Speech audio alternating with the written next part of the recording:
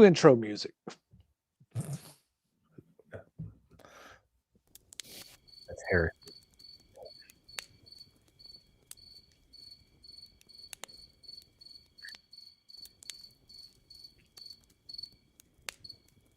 Second watch.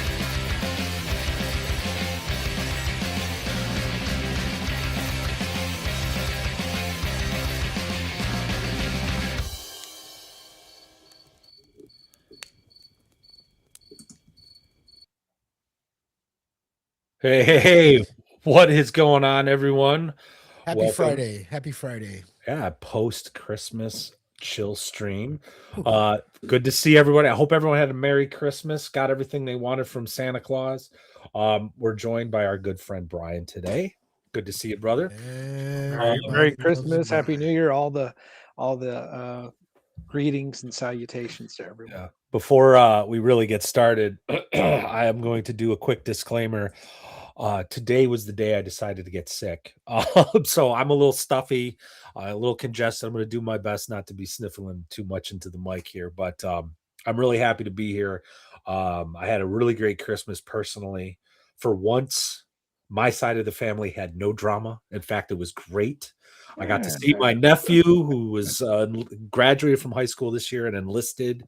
He's like a changed man already. Like and my sister's doing fantastic. His mom is just doing fantastic. So I had a great Christmas. Like I got what I wanted. I got to see happiness in my sister and her family. So, yeah. And then of course my son is a spoiled rotten. He's spoiled rotten, but whatever. It was a good Christmas. Hang on. But you guys, What's Gary doing? Oh. Does he have some sort of dramatic? Is he introducing something cool? Is he grabbing a guitar? I don't know. That seemed very purposeful.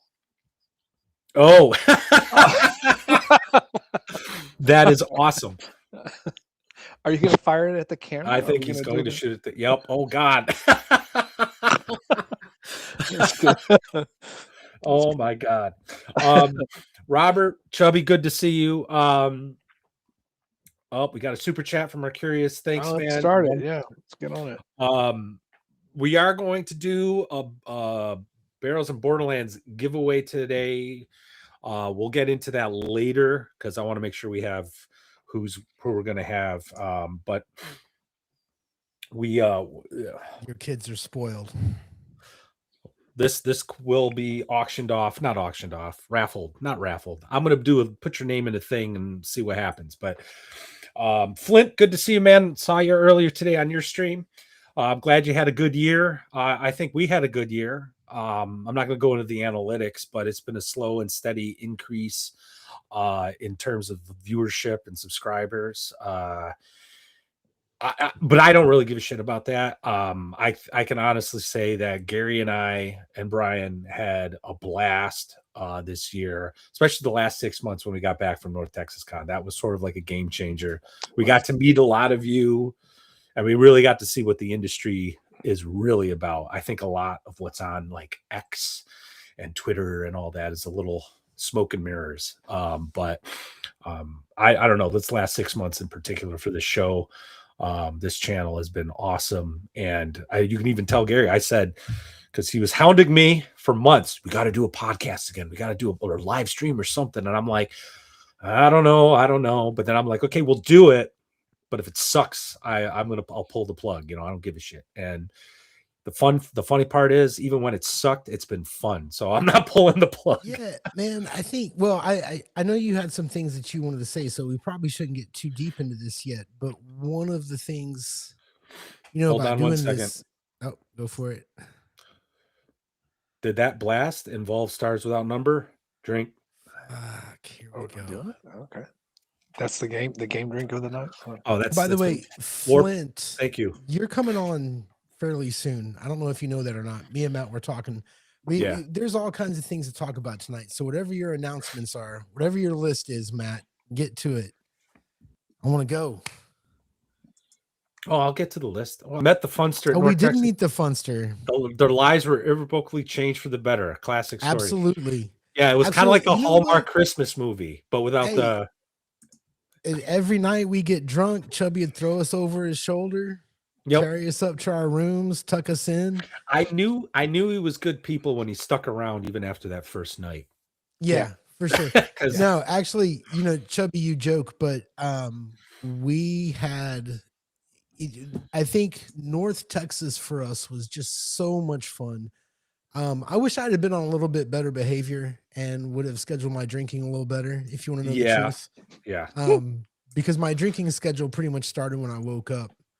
Yes. And by the end of the day, it was rough, man. I was in a few situations where I wish I was about 3 drinks less. Yeah. I think I after the morning after the first night, when the waitress looked at me with a smile and I'm like, she knew I treated North Texas like my vacation and less like a convention. Bro. Yeah, She it was fun. Me in the lobby. I came down to the lobby in the morning, and she looked at me. She said, and I asked her about a table, and she said, "Give me a minute." And then she came back and handed me a cup of coffee because she had been there for dinner and she saw us getting started. Yeah. Yep. So, anyway, lots of good to see you, Judd. It was a great year. The show really. I mean, I don't know if we made friends because of the show or if the show got better because we made friends, but that was a lot of fun. And we're 6 months away and I already got my tickets. Eat it.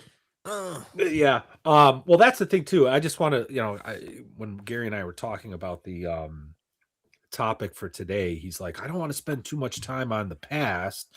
And I agree. I want to talk about what we're going to be doing and what you guys have to look forward to. But I did want to say this. So like years ago, when I started this channel, started off as like an actual play and review channel, which I thought was going to be a good idea. And I think it still is, because I see other channels kind of imitating that style of, hey, I just played this game, I'm gonna now talk about it. But man, I was so focused on like the most obscure indie games. Like I only got like the most obscure, like, YouTuber subscriptions. And really, honestly, I think the industry is moving in a direction of like the live stream, right? Where like you can have like this, I hate to use the word community, but it is a community of people, like like-minded people talking. And it just dovetails into something the 3 of us have talked about since the day we met 5 years ago on Dungeon Masters. Whatever. Go ahead. Don't Facebook. Do it. What do you mean? That's don't do it? Right. What? I thought you were going to give something away. Don't give it away. We have mysteries. Oh, okay. No, I'm just saying. I'm just saying. Professor Dungeon Master's Facebook page. We were talking about how like this is the best format to becoming a better game master. It's not about like dictating one particular way. It's about talking and comparing each other's experiences, and I think that's resonating with people. So, yes, Flint, thank you, because I'm always forgetting this, and this is my New Year's one of my many New Year's resolutions. I'm going to shill more. I'm going to try to promote this channel more, promote the stuff I'm writing more, because I'm way too, I don't know, humble, whatever. Maybe humble's not the right word. Cowardly. Yes, we'll use that word. But yes, please don't forget the thumbs up button, like, subscribe. If you're on Rumble, follow me there. And I am like 10 or 12 away on Facebook from live streaming there. So if you're on Facebook, go to Gaming with Lord Mattias. I really appreciate it. Follow me there. So anyway, thanks, Flint, for reminding me.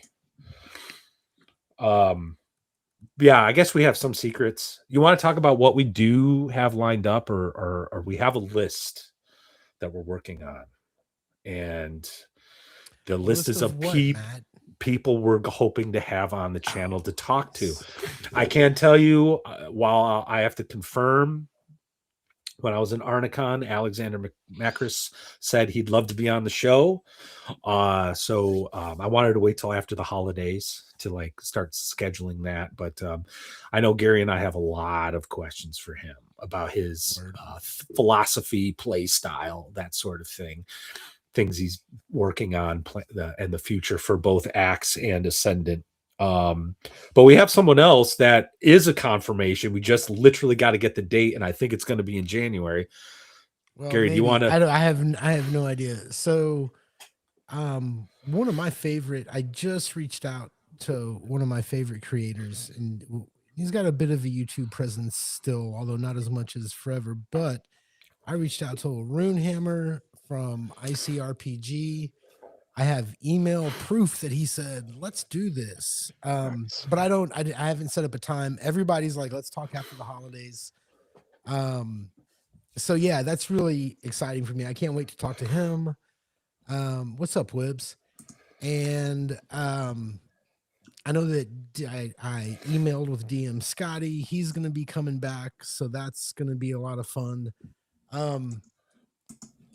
Just goes into this year. I've talked to, well, let me put it this way. I'd never really sought out creators to talk to or whatever. I either enjoyed your game or I didn't. I don't even really read. I have Twitter now and I don't read it. I never keep up with who's doing what or what's happening. And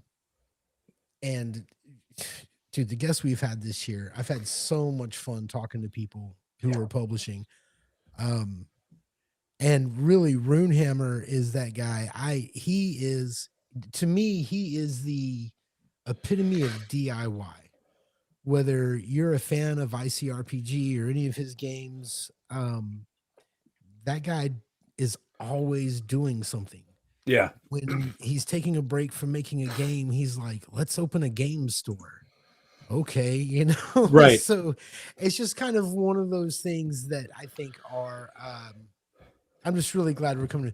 Listen, Chubby's waiting for one specific I know, and that's why I'm putting this up there. Chubby has been complaining since day one about a late show on Fridays, the second watch. I just want to let you know it's consistent with what the second watch would actually be if there was a second watch in the real world. It's 11 Eastern Standard Time, but I get it. It's a little late. We've heard you. We've considered your concerns. Like he's still going to be disappointed. No, I know. He's it's Chubby. He's never disappointed. He is never going to be. He's never going to be satisfied. But we will be starting as of next week, starting a half hour earlier. So the second watch will be at 10:30. The reason being, it's a half hour earlier, and this is kind of selfish, but Max Liao is going to be starting up his Game Master Advice channel. It goes until about 9:30 Eastern Standard Time, and I like that show, and I want to make sure I'm like there and I can participate in it. And then I also, have family stuff on Friday, so I can't. Maybe we'll start. God damn it! See, I'm starting to feel guilty. Maybe we will start an hour earlier, but definitely 30 minutes earlier. We're definitely starting 30 minutes earlier. We're going to see how things go for a while, and we've considered. I mean, 9 o'clock, I feel like starting on the hour, whatever, but there are some considerations to make. So we're going to see how 9:30 goes for a while. Yeah. And Chubby, honestly, I'm expecting to see some of that Shadow Dark money translate to super chats. Wow. Nothing like conditional qualifiers to make engagement. Wow. Chancellor, you want to do a third watch? I am too drunk by the time third watch will start. But actually, we've been talking about. I think it was actually Death Angel Shadow mentioned something about memberships. This is something we have been talking about, Gary and I, behind the scenes, and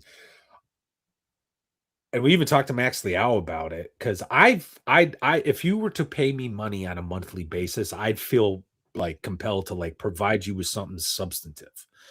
And I don't know what that would be. Max is like, oh, people just want to support my channel, blah, blah, blah. And I think that's great and whatnot. And I totally would appreciate if you guys felt that way too. But I would still feel like you need to get something out of it. And I don't have the time to do videos. And when I do videos, let's face it, it's very lo-fi, punk rock. Like I just turn on the camera and start talking. I'm not doing something like, Black Lodge Games, for example. They do a really nice job. Chubby's videos are really nicely produced. I don't have the time to do that sort of thing. But what we were thinking about doing is, if we did do memberships, maybe we would have a third watch. Whereas when this show's over, we bring you in and we could just hang out for like an hour or so. We typically are on. For a while, we typically have a few things to say.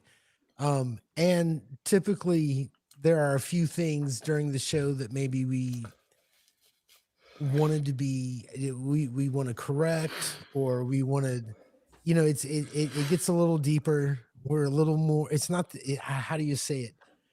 A little less guarded, Yeah. It's, yeah, we do end up like, I mean, for me, we're pretty careful, we don't want to, I don't want to upset anybody. Actually, I want to upset people all the time. It doesn't bother me to upset people, but I don't want to start some big argument in the show go in some way. So a lot of times there will be a point that I want to make to Matt. It's like, Matt, I wanted to bring this up and we just didn't have time. And fuck you, I think this is wrong. And we'll go after it for a little bit. So yeah. So that's more it. plots. No, yeah, and that is, and we do, like, typically, like, more often than not, we're still talking until 2 a.m. my time. In fact, when we had, who was it? We had someone like, was it Gillespie when we gamed with him, when we were done gaming, like we still like hung out for another hour, something like that. And then when Max was on, it was another, it was another hour at least. Like I think I tapped out in an hour and you guys kept going. Yeah. So yeah. Hey, we just got $5. I know. I wanted to. I was gonna say something snarky to Warp Plots. Yes. I better not say anything.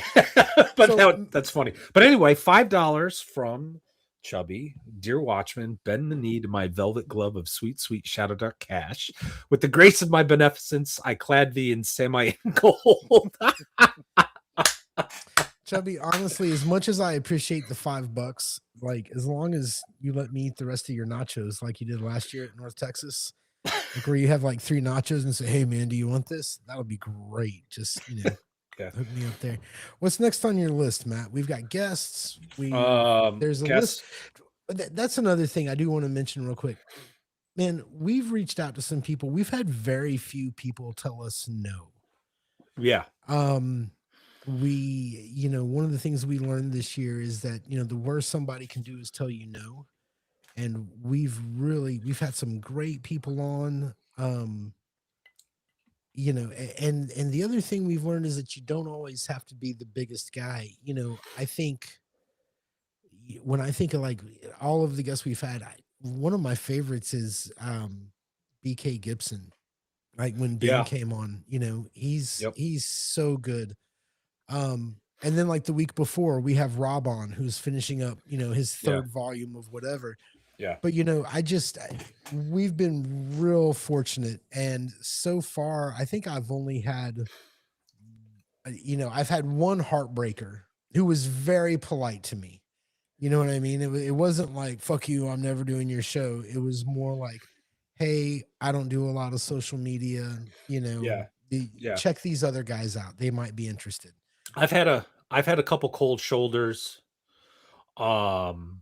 I'm not going to say who they are, but I'm still working on them. And I have an in, I think. So I'm hopefully maybe later in the year, I'll be able to get some of these guys on, or at least get them talking, to kind of like sell, like, hey, we're here to have fun. We don't have like an agenda. We want to hear how you do your game mastering. We want to talk about your products, whatever, we're not trying to like push some kind of narrative or agenda or anything like that.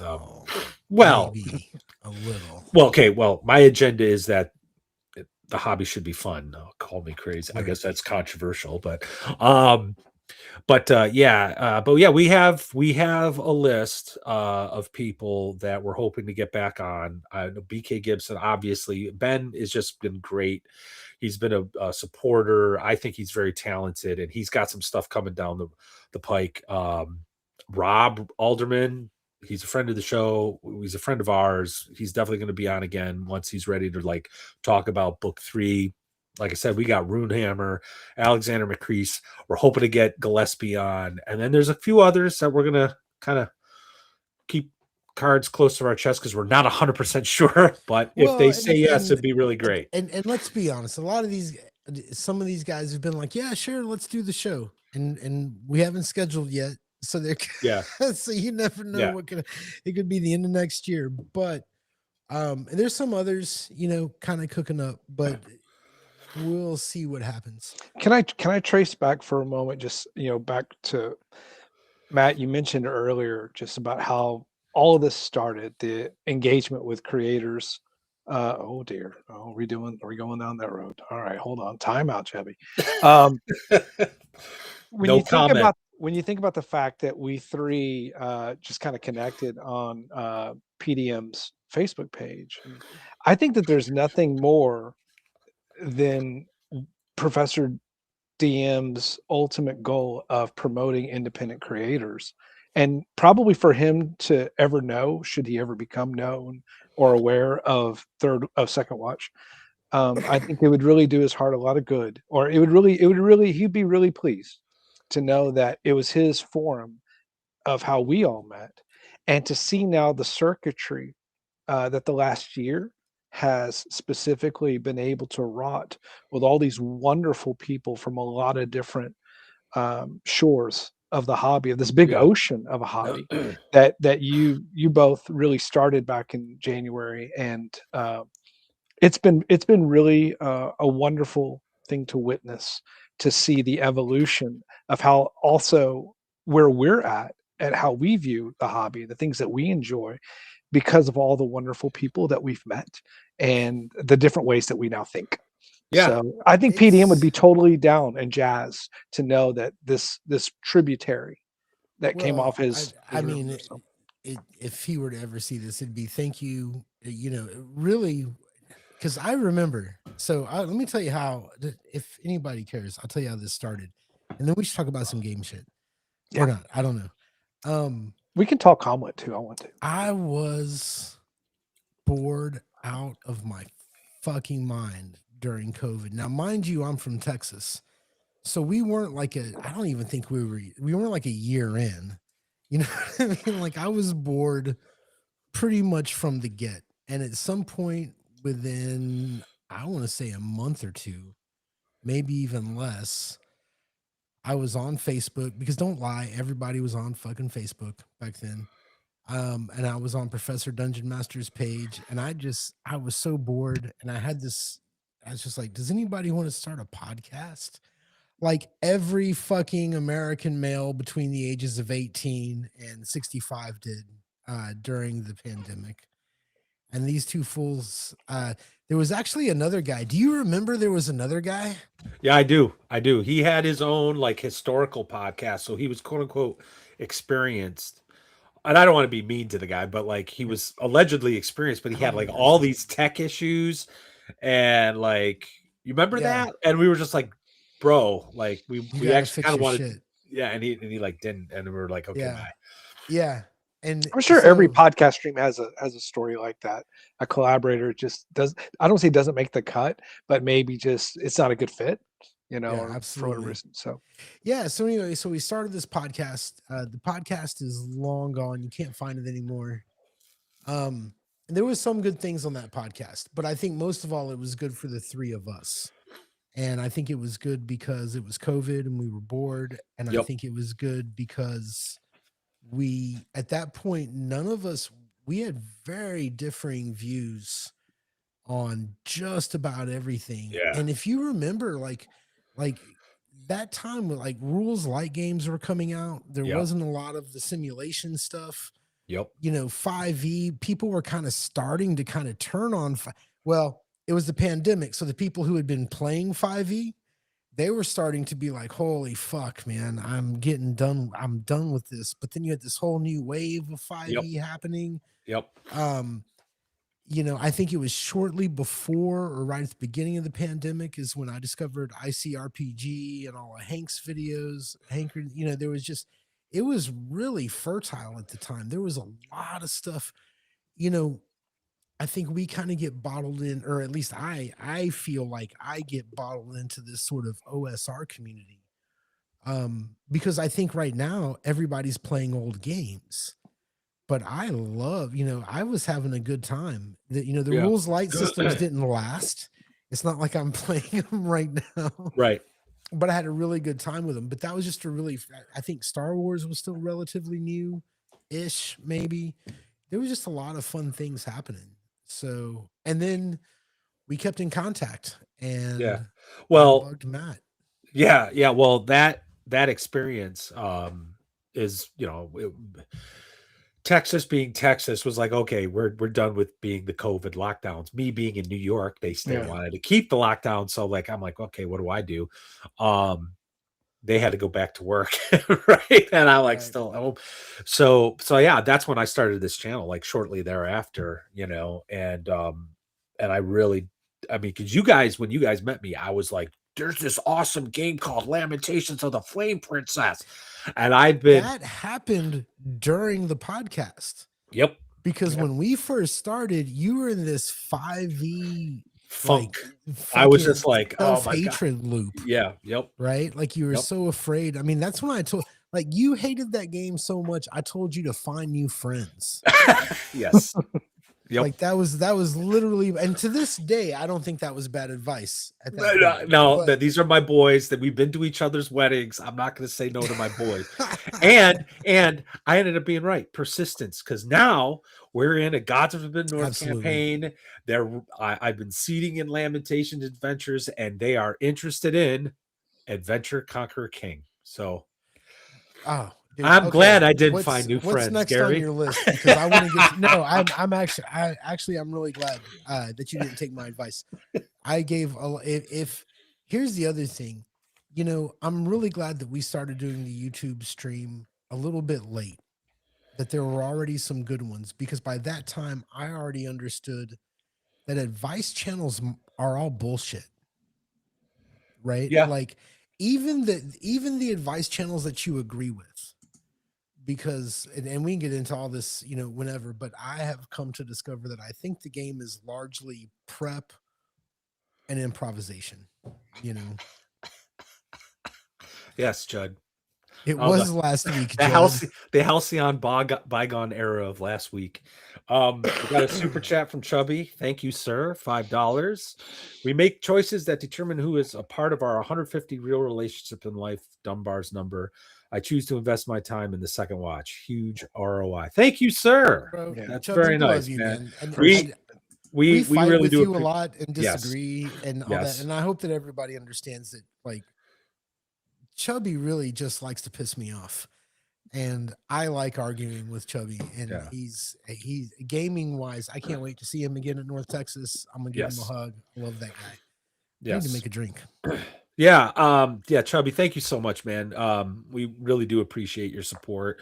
And it's a testament to what we're doing here, man. Like, I love your videos. I don't always agree with them, but I want people to go and watch your videos because they're very, very well done.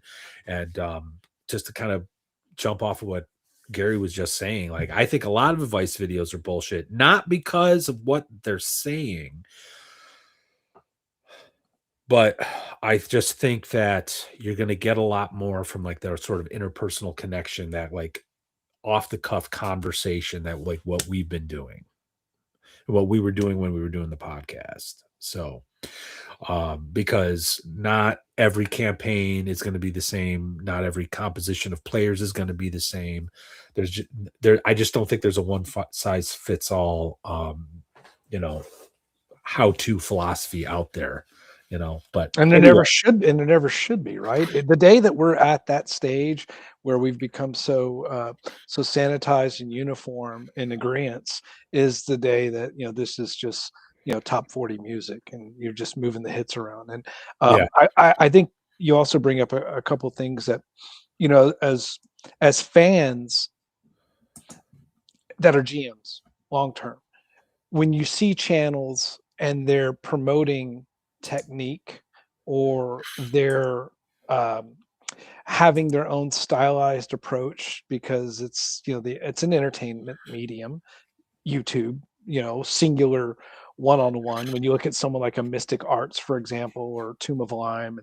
But what I really enjoy about Cfun's vids is he helps deconstruct so that new generation GMs and players can really level up much more quickly than the the first gen GMs were able to. Like the amount of massive increases in competency that can be gained by people approaching a hobby through different learning styles. Um, like I do a lot of jujitsu videos, and so like you have some people that show you the technique, other people that use pictures, other people that show competition, and they're all very relevant in their own way. And I love what Chubby has done in particular. But then you got to also sometimes have just like that grassroots, like Flint's streams, very fun. When you see people having a good time, relaying the experiences, it just I think affirms why we do all this in the first place. Oh yeah, and that's just to kind of give Flint a little bit more shout out, because I know earlier today he was doing a live stream and he was talking about his zines. I can't remember which zine number it was, but he was using hex flowers, and it totally inspired me to like relook at hex flowers. And I mean, and that's the kind of conversation I'm like talking about, got a $2 super chat from my boy Atmost. Mateus, you're gonna shill your zine. That's actually part of my New Year's resolution. I got to do more of this. I have a zine that's coming out. Admittedly, I was hoping I could get it done by October of this year, giving myself 3 months to like just bang out a bunch of stuff. This is kind of how I am. I'm super ambitious, and then reality sets in, and then I just start improving and like changing things. Hopefully it'll be ready by first quarter of 2026, but it's called The Living Darkness Volume 1. I already have planned 3 more after that. So yeah, thanks, Atmost. It's Shadow Dark Zine, 4 adventures, focusing on like the mechanics that make Shadow Dark kind of Shadow Dark, and like how I use those mechanics to kind of make a horror experience. So I'm looking forward to it. I hope everyone enjoys it. I posted it on Shadow again, this because like I'm a coward. I'm going to freely admit this. I actually posted it on the Shadow Dark Facebook page when someone on my Facebook page were like, "Hey, you should share this," and I'm like, "Okay." All of a sudden, buzz. People are like, "Oh, this looks really cool. What's it about?" And I'm like, "Oh, so this is what marketing is like." So anyway, thank you, Atmos. Appreciate it. And I think I saw something from Chubby saying good night. There he is. Hey, if anybody deserves some rest, it's that guy right now. Bad headache all day. Took muscle relaxers. Have a good night, dude. Hope you had a Merry Christmas and a New Year. Hopefully we'll see you next week. Take care, buddy. Night, Chubby. Speaking of friends, man, Bacon and Crispy. You know what? I've talked more to Bacon than I have Crispy, but what a great guy to meet through the show. You know what I mean? He's been so much fun. We're going to start that game back up on the 6th of January. Brian, you should talk to me about some Tuesday nights you have free, because I have ideas. Good to see you, buddy. Oh yeah.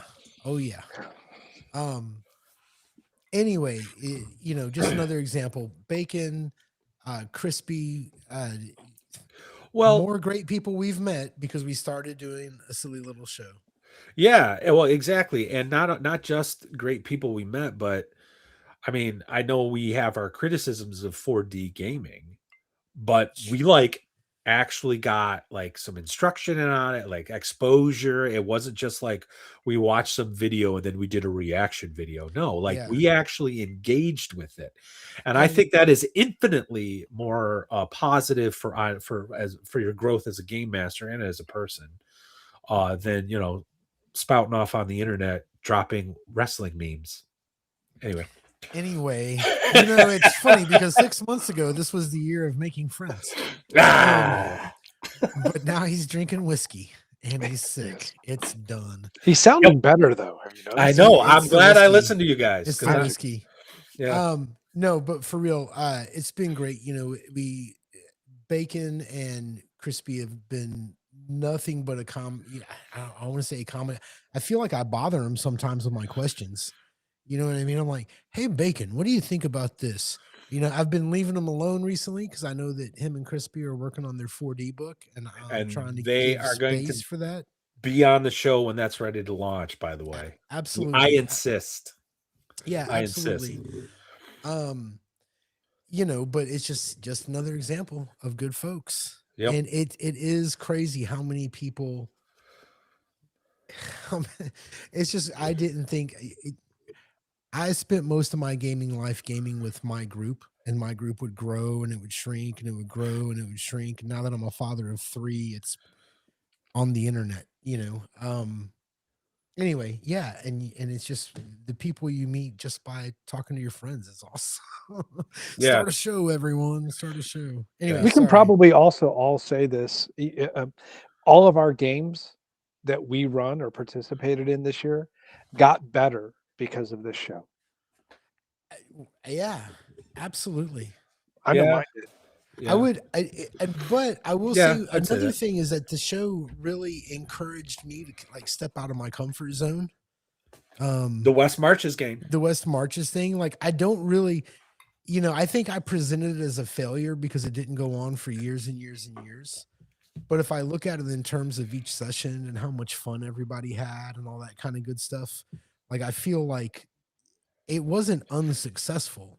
I definitely got upstaged by a few things going on online, but I also think that like online game hopping is a real thing. A lot of people that are online are real serious about games and they want to try this and they want to try that. So, I'm viewing it not as a failure this week, but more as we did this show and it encouraged me to try this thing here. And I think that's a good way to look at it, honestly, because I mean, we've talked about this kind of almost ad nauseum, but like, yeah, you got to do something that you haven't gotten a chance to try before, and like what I'm doing with my in-person gaming crew.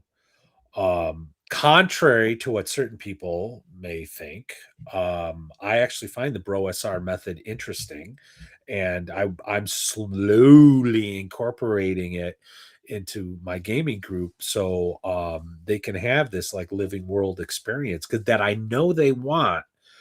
It's just they don't know how to express it because they're so used to the Hickman story arc method, because that's what we came up with in the 90s. They're staunch readers of like fantasy novels, but to actually present them with an open world and constantly remind them, I'm not going to seed anything. I'm going to react to you. And like I go back to the Chimera. That's not on the map. That's not even in the book, other than it's an entry on a random encounter table. And there's been all this drama around this Chimera lair because it wiped out half the party and their retainers and all this other stuff. They're afraid to go into that hex now, and that was all because of them. And I think, like I said, like once they saw Adventure Conquer King and like from a rules perspective, what's available to them, like I started seeing light bulbs go off. So 2026 might be the year of the iron price. Well, I got to tell you that even though, I'm running this, I'm doing this EZD6 campaign with you guys, which will start up again, I believe, on January. Which I can't wait, by the way. I can't wait. No, I'm really excited about it. But it's real funny with that campaign. I can't touch it too much, right? Like I've got to be kind of inspired by a little something and then see how it grows in my head in that setting. So there's not a lot of prep. I'm not, I create a monster, Yeah. I mean? Well, and that game, and I know you're not intending to run it 4D, I'm approaching my character 4D. Like I'm just having that much fun with the concept, you know what I mean? It's definitely like the closest I'm going to get to it. However, we've done I have done, enough to the rules that I feel like it's like, I'm not going to get upset if anybody asks me about the rules, but what I was trying to get at is that even though I'm running this one game where there's not really a story, there's like, hey, this is happening, what are your characters going to do? I'm already itching for a sandbox game. Like I've been reading Stars Without Number. Drink. Oh Jesus, here we go. Drink. Ben, by the way, on Twitter was like, on a scale of 1 to needing to be hospitalized from alcoholism, whatever. How are you guys playing the Stars Without Numbers game? And I was like, liver failure. No, but I'm itching to run a sandbox again. You know what would be cool? I'm ready for it. I would love it if maybe we should see if Ben would be interested in running a one-shot, a sci-fi one-shot. No, I got it, man. I got You know what I tell mean? you, I would love that. I would love that if he would do that, but I don't think that's how that game works. And I personally am coming to the conclusion that I don't think I fucking like one shots. It's fine at a convention, right? Yeah, I'm okay. good with that, whatever, because you're just going to be there for a limited amount of time. You're meeting new people. It's almost a party game environment to some extent, Yeah. At least for me, because I've been drinking all fucking day. I don't think Stars Without Number works that way. I think probably right. I think for in all that honesty. game, yeah, I think for that game to work, like it's got to be that sort of Alexander McCree. Like this isn't a hobby. This is a project. And you got to have people who want to do it. Now, I do think if I had a crew of 5 who played the command crew, and we had like an away team, I could fit people in who could only sit in. We could have all kinds of red shirts. Well, do you remember? Okay, I got into this because when we first met, you were really into Blades in the Dark, and Evil Hat, who I hate with a passion of 1,000 Fiery Suns, actually produced a book that I had a really awesome premise, and that was Band of Blades. Dude, I would love to. I've never played it. I own it. I would love to.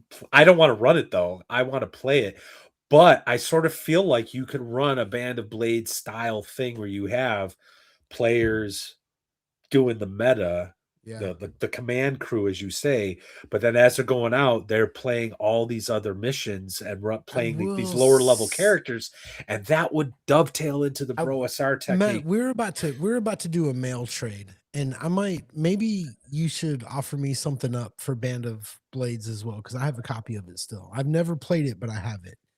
I have a copy too. Do you? Okay, never mind then. I think it's almost like a campaign path.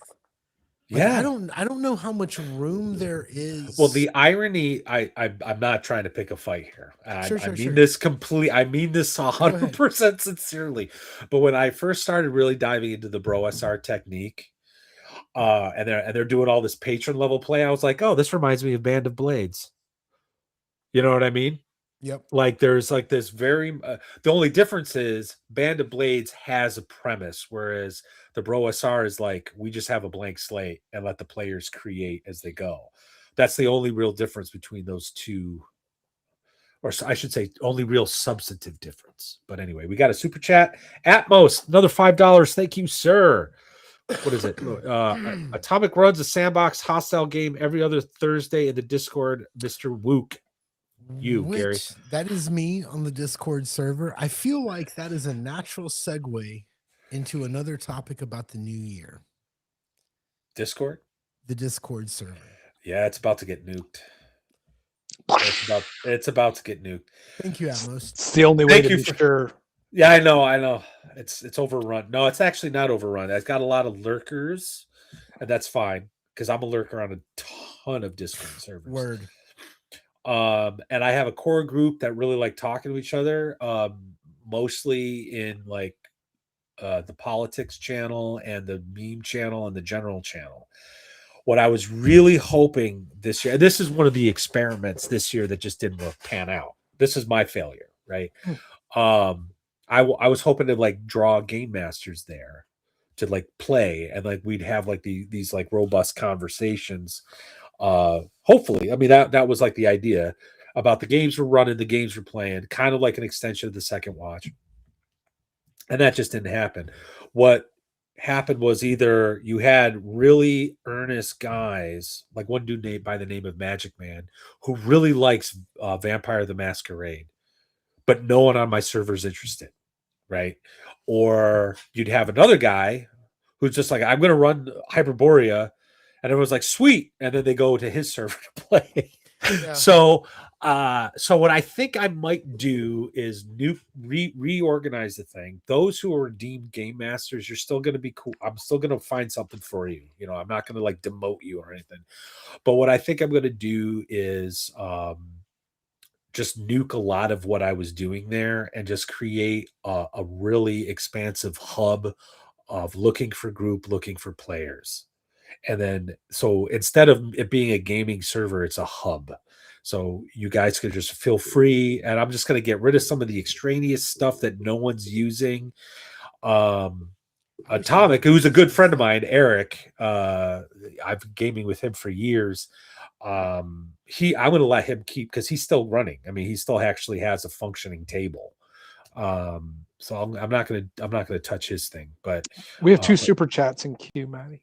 Oh, we do? Yep. Oh, I got the one. There's the second one, Chancellor. It's not poaching, Cloaker. I like to run story game sandboxes where there is a general story thread, but the PCs always have options how to deal with the situation.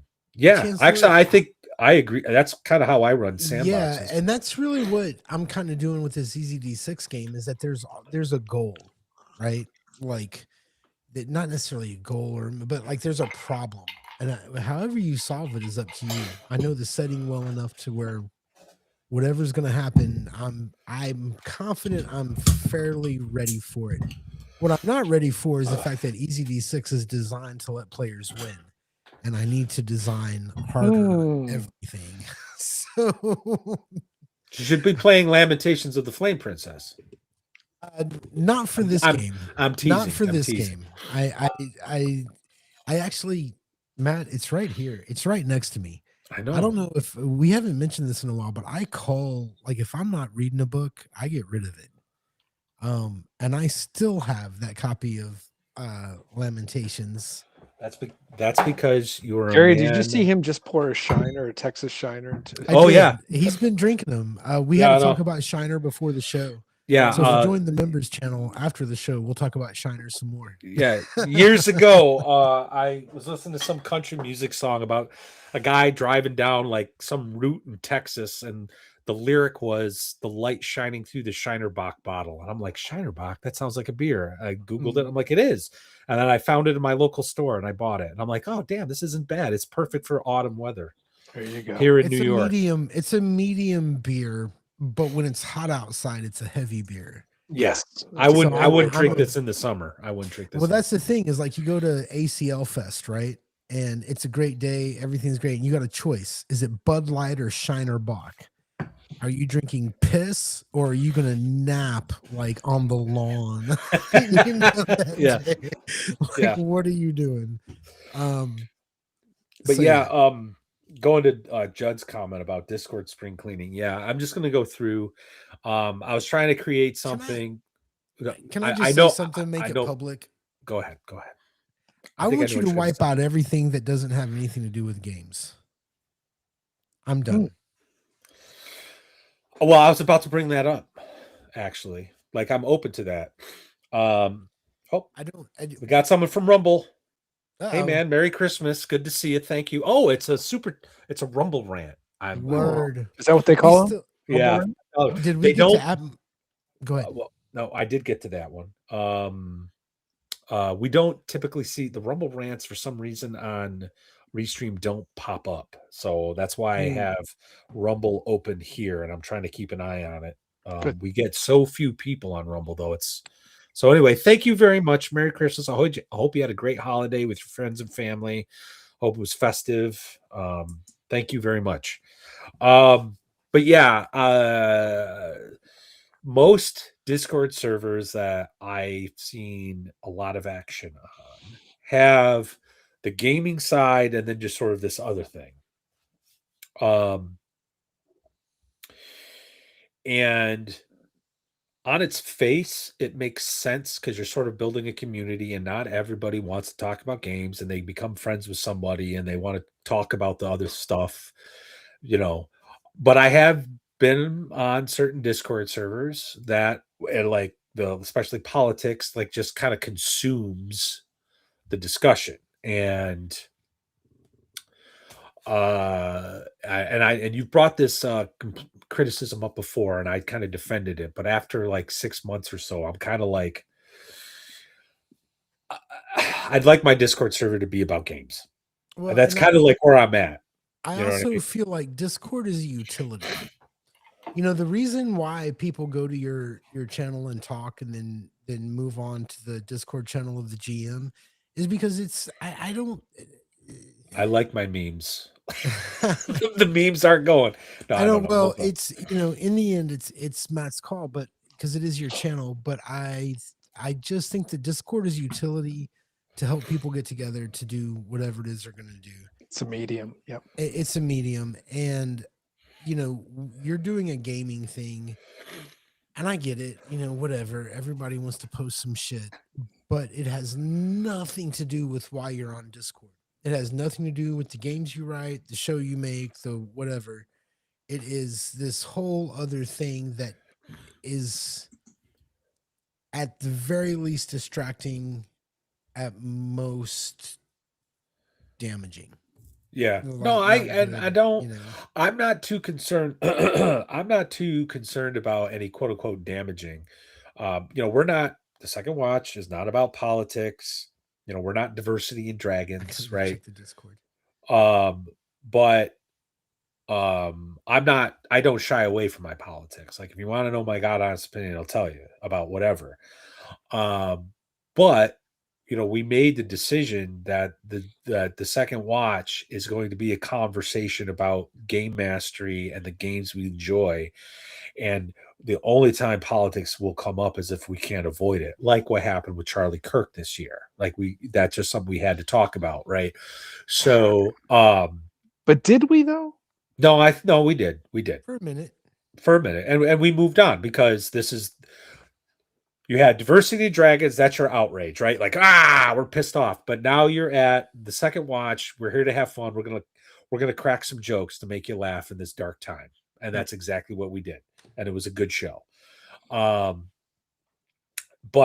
I after giving it a lot of thought, Gary, I think you're right. Like, I've come around to your position. Like, I think maybe culling a lot of those extraneous channels would be appropriate. Because I look at Barrows and Borderlands, for example, that Discord, while it does have some non-gaming stuff in it, it is like 90% gaming. You know what I mean? Like, there's just a lot going on over there. It's popping. Speaking of the devil, and he shall appear. Hey, what is Matt? Good to see you, brother. Good to see you. How goes the print? Oh, wrong one.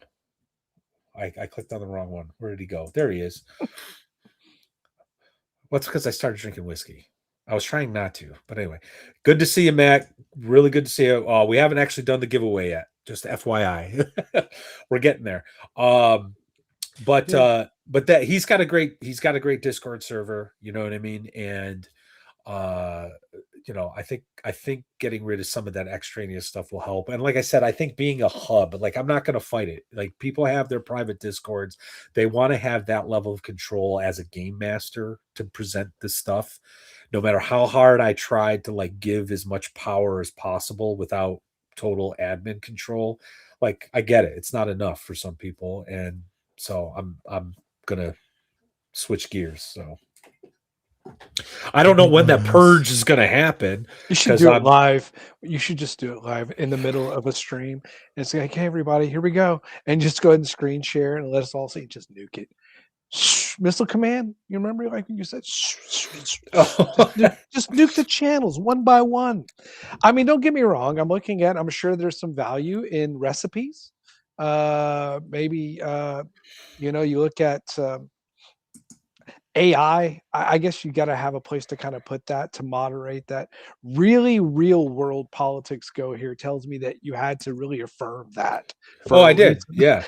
So, and it's, I mean, the nature, I'm sure, for, when you have a fledgling Discord and you're trying to community. I know you lament using that word earlier, but it is what you're trying to foster.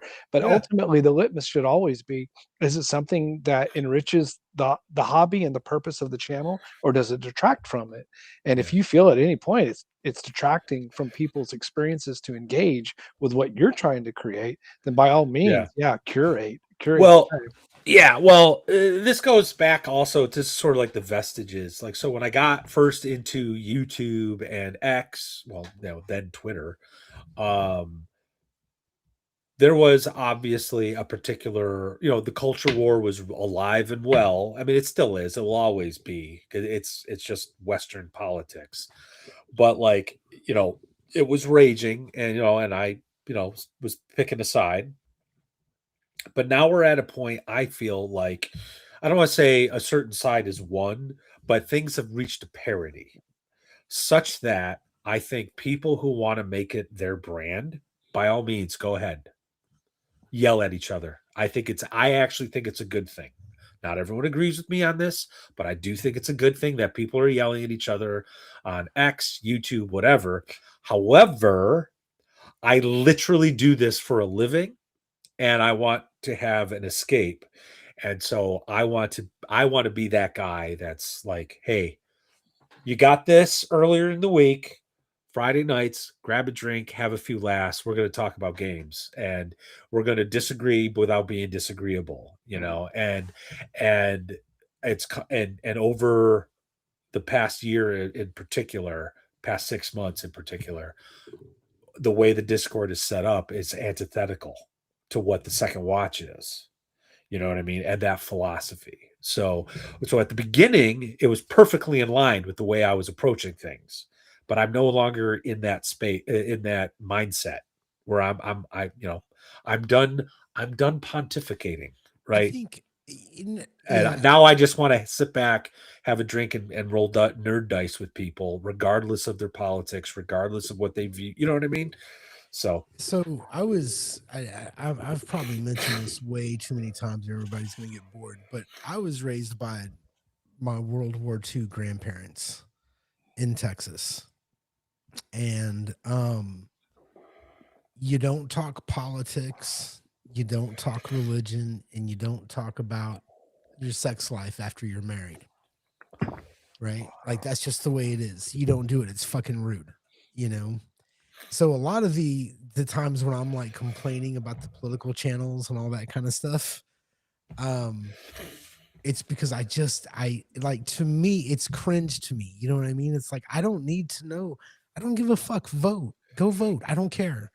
Go to whatever church you want to do it. I don't need to know all these things about everybody. right, And that's just kind of how I'm built. And I know that's different. Like right now, everybody's wanting to, wave a flag, and that's great. Um, but Matt, it's one of these things. You and I agree on a whole lot, but I know a few Oh, I things that we know, do I know, I disagree know, about. I know. Yep, We've got yep. more than a few. Um, and we don't talk about it much. We talk about it enough to know that we disagree. Yeah, I know, and exactly. Super chat from Flint. Thank you very much, sir, for free speech and freedom from speech. Yeah, I think there comes a point. Well, I made this point. Not to bring up Charlie Kirk again, but like I made this point. Like Diversity Dragons, he has a valid like role to play in our culture as the safety valve. You go there, you let off your steam, you're with like-minded people. But I also think, like the Daily Show, which, I disagree with, but back in the day, like it was where you went to like laugh off the bullshit. I sort of feel like that's what the second watch is. Yeah, we're here to just have a good time. Yeah, who gives a fuck what's happening, Um hold on one second. I didn't want to say this. Brother, I'm totally for it. We have a whole Matt section. That's hilarious. Okay. But yeah, so the nuking is coming. I don't know when, because I do want to talk to some of the people who did kind of sign up to be game masters. I want to have a conversation. They're like, look, this is not personal, but I'm taking this in another direction and see if I can work something out with them. Because one guy in particular who's from like the western part of Russia like showed up and started running like mothership games and he's a pretty good game master, and he's a creator. His name's Anton. Like, I don't want to, like, write him off, because I want to help foster whatever it is he's doing. You know what I mean? So I'm going to have a conversation with some of these people, but yeah, there's going to be a nuking. So okay, go ahead. Real quick. So at Barrows and Borderlands says, it's been great. Laugh out loud. Ha ha ha. We have the whole family watching your stream. Uh-oh. Man, I love you, man, but I'm about 3 drinks in. It's about to hit 11 o'clock. I hope there are no kids there. Yeah. Hello, Peter, Tap family. Hi. Oh, Hi. I Welcome to the Misfits. Yeah. Punk rock, Your son is better than us. Okay. Yes, actually, yeah. I will say this. All right. Yeah, So your the son is- Discord, go ahead. so just to kind of sum this up so that we can move on. The Discord is going to change, which I'm definitely in favor of, and I've kind of been begging Eastern for a part, while. not It's a Thank utility. you. And just 3. Yes, Death Angels Shadow. I don't know, if you ever meet my girl, you need to understand that she pours drinks like she likes me slightly disabled. I was going to be good tonight and just sip on beer, but these guys heard how stuffed up I was, and they're like, you got to have whiskey. So I was like, twist my arm. Yeah. This whole stream is just basically an extended doctor appointment for you, so that you can feel better with tomorrow. That's really the whole purpose. So Matt, what's next on the list? Let's move on. We got a whole line of things. Discord's getting changed. If it upsets you, Matt's kind of sorry. I'm not. I want to focus in on gaming. Actually, there's not a whole lot in terms of like detailed conversation. Again, actual plays, I want to do more of those, because I do think people enjoy those, but it's very niche, so they're not going to be on YouTube. In fact, a lot of the actual plays that are still on YouTube will be gone by the end of January. I'm just going to hide them. You will be able to find them on Rumble. Any new actual plays will be on Rumble, and hopefully, once I hit 100 follows on Facebook, you'll see them on Facebook. And I am open to anything from one shots to demonstrate a new system to actual, campaigns that are going to be going. So that's that. I've been kind of mentioning that before, but like, I really want to help the YouTube algorithm out.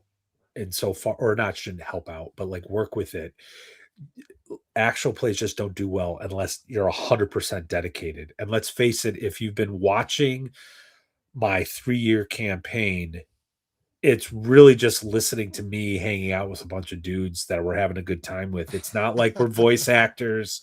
We're the part of the it's I'll like get into like a description, and I'm like, oh, and this, that, and the other thing, and it's dripping with blood, and da, da, da, da.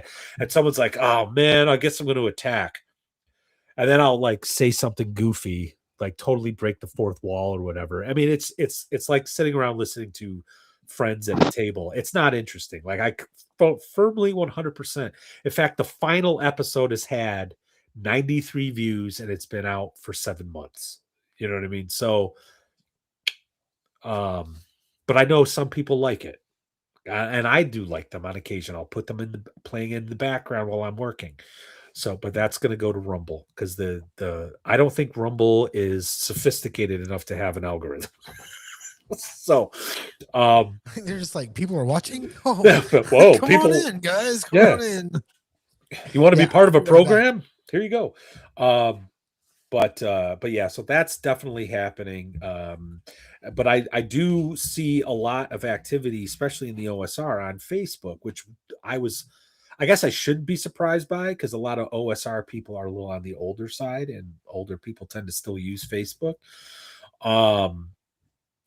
And I think the actual plays will help get like traction and get some people, some eyeballs on new games and products that I'm playing around with. Because I still think that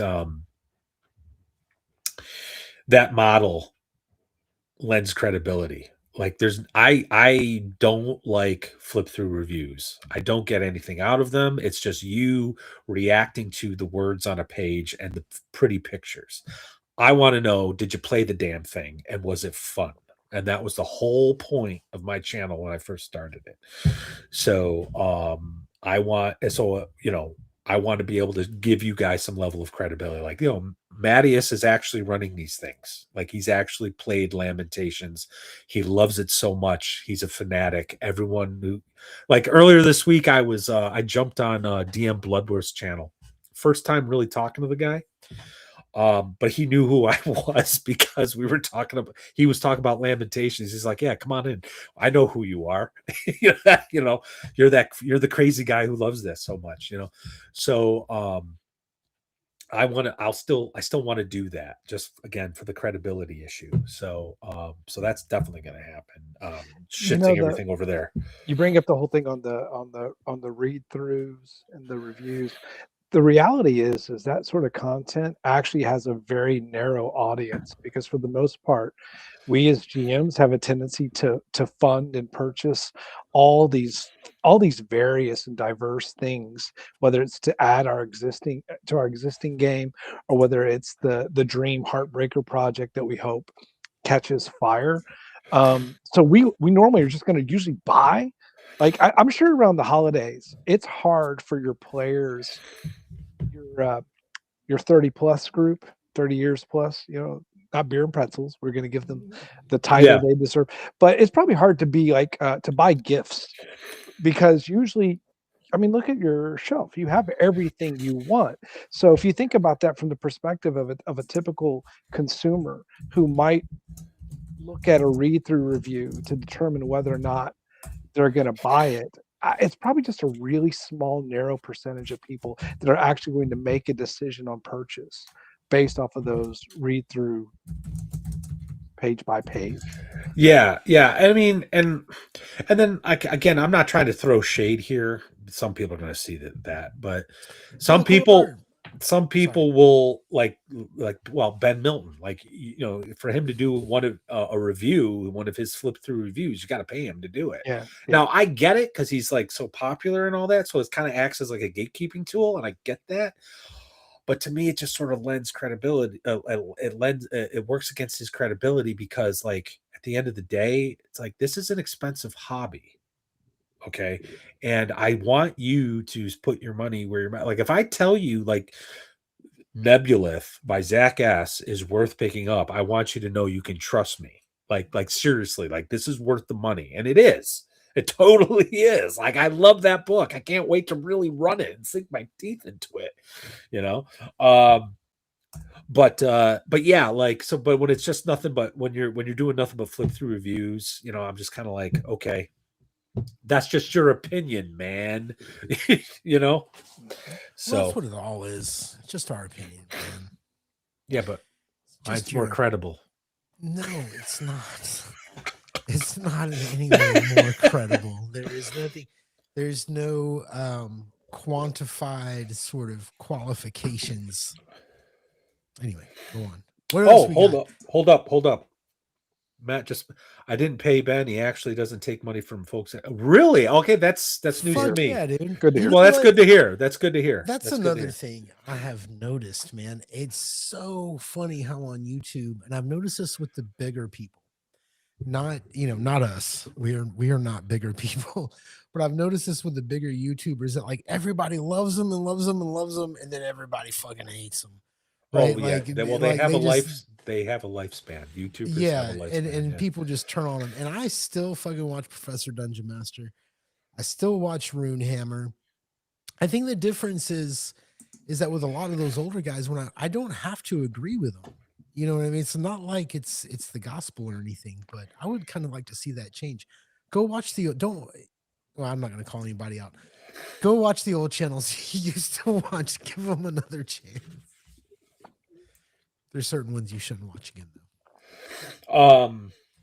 Okay, so I am going to cover a few more things, but Matt, I'm going to send you a link. Give me a second here, but I do want to make a few things about the future of my creative endeavors. So not only am I going to try to shill a little bit more, but I'm going to hold on a second. I'm having a Luddite moment. All right, you know what? Screw that. I'll just do it this way. I am going to try to shill something to Raji. It's something I started working on a few years ago. It's a hex crawl through New York State, circa 1600s. And hold on one second. I'm having another Luddite moment. I think it's working. Okay. Matt, I just sent you the link.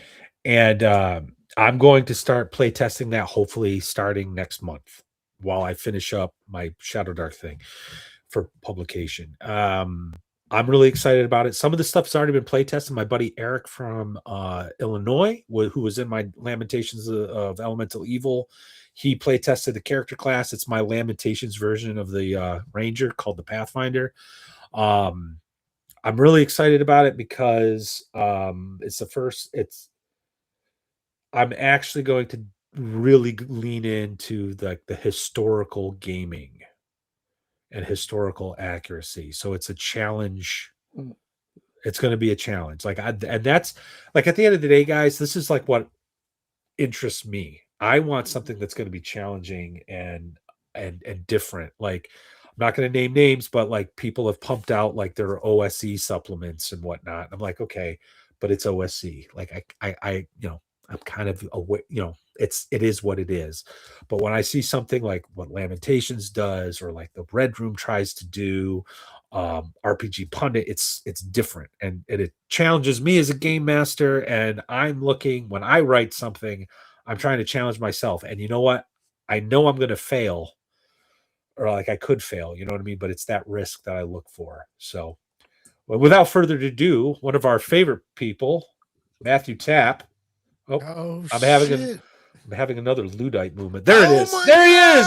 Hey, how y'all doing? Y'all hear me all right? Yes, we can. Awesome. Merry Christmas, sir. How you been? Merry Christmas. I don't have my normal setup here, so no, that's fine. You look comfortable. That's fine. Yeah, you look I am comfy. comfortable. Yeah, Look we've got you. the family in here. Oh, look at that. We truly do have an audience now. Yeah. If we were doing a year-end award show, I think you'd win 5 out of 6. Yeah. Yeah, oh, really?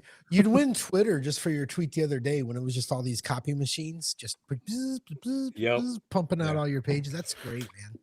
Oh, I hardest working dude in the industry. The other day. Hardest working dude in the industry. Most interesting game that's come out in 2025, as far as I'm concerned. Absolutely. And not for nothing, you're just a decent human being, dude, and we love having you. Well, thank you for all that. I don't know if all of that's true, but it feels good to hear it. Now it's there's not enough good things to say about your game, and I have been lurking the server. The kids are not gone anymore, but they're gonna leave again. I'm gonna sneak in. In fact, I rolled a character up today. So as soon as like I have, you know what I mean, I can slide in the server, who's playing a game, I'll take a picture of my character, and hopefully that GM will be all right with it. But you definitely, I am out of our group, me, Brian, and Matt, I feel like I'm the guy that's always looking for something new. What's the new thing? What's the new thing? And Matt was the first to discover your game, but holy crap. I would have said holy the other thing, but I know your family's there. Like your grandma might be there, dude. I can't be cussing.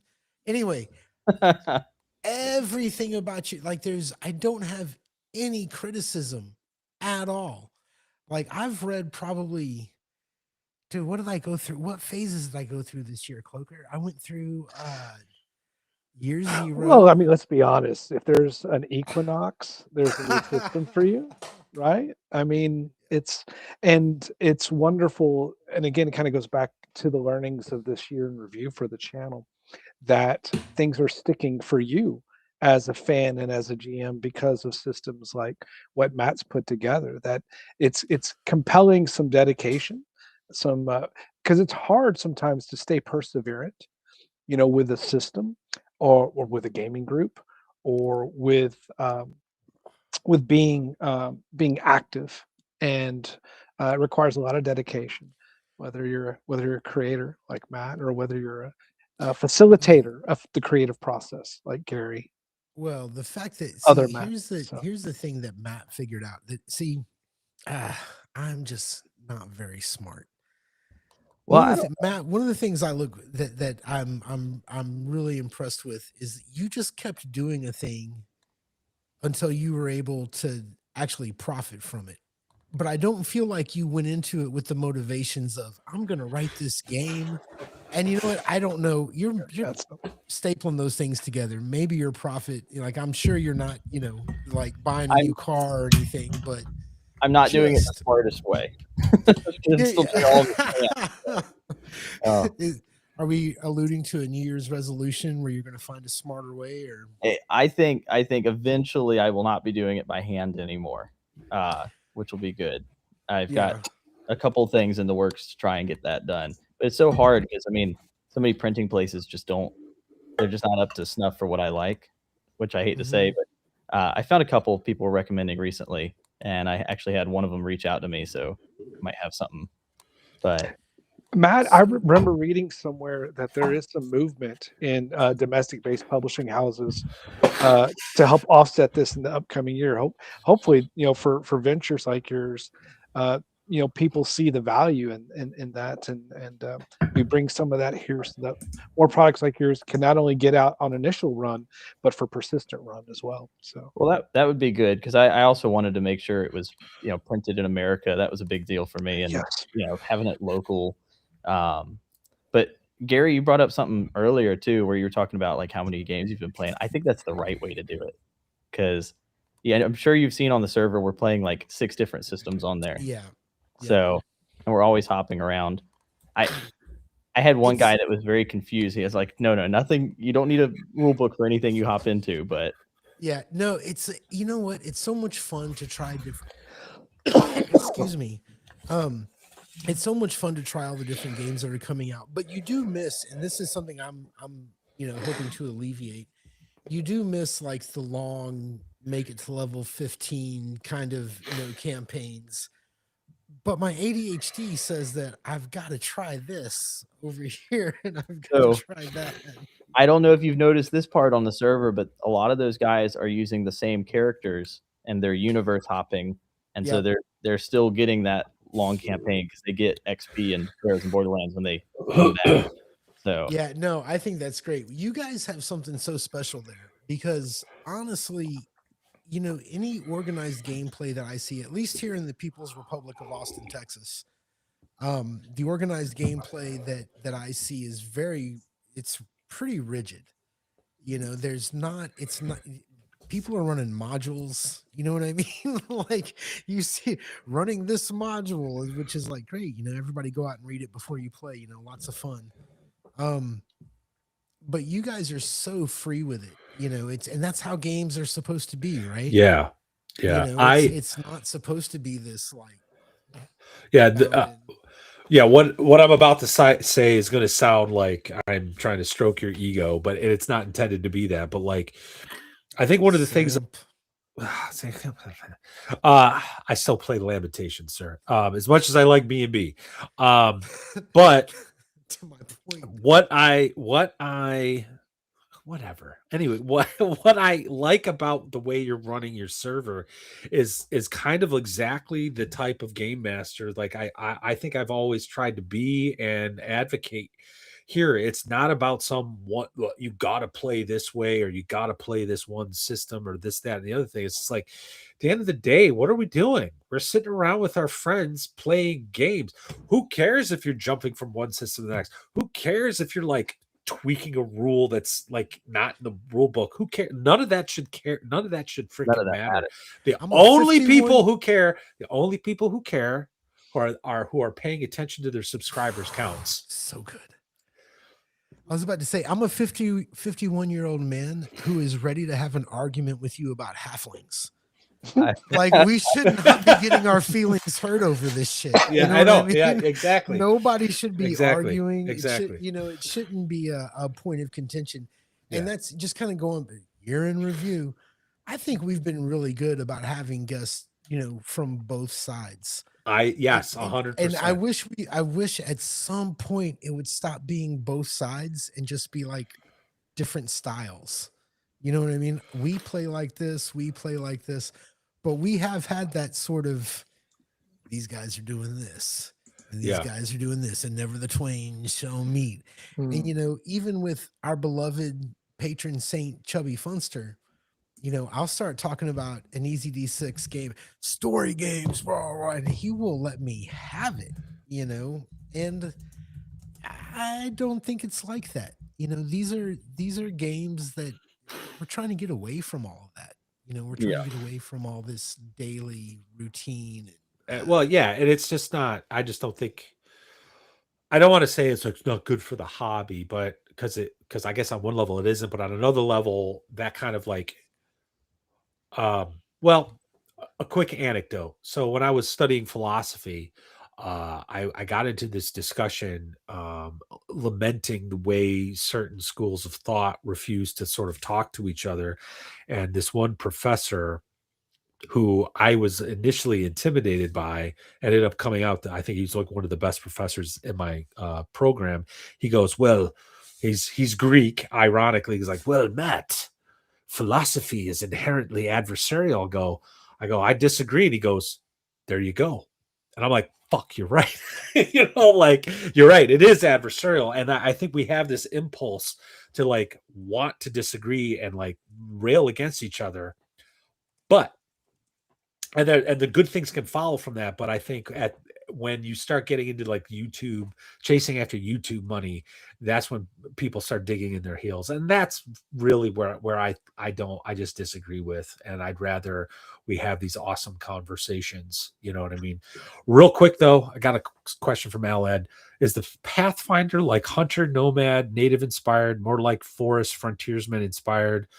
If I understand your question, I was inspired by the movie. Oh crap, the movie just came out of my brain here. It's Daniel Day-Lewis. He's running through the forest. Crap, what movie is that? Last of the Mohicans. Last of the Mohicans, yeah, because that takes place in New York State, 1600s. Or early 1700s, actually. But filmed in the Carolinas. I'm sorry, go ahead. Oh, yeah, no, you're right. They were. Wes Studi actually plays an Algonquin who was adopted by the Mohawk. Yep, who was adopted by the Mohawk, which is an Iroquois tribe. Very great movie. But the Pathfinder was like inspired by that.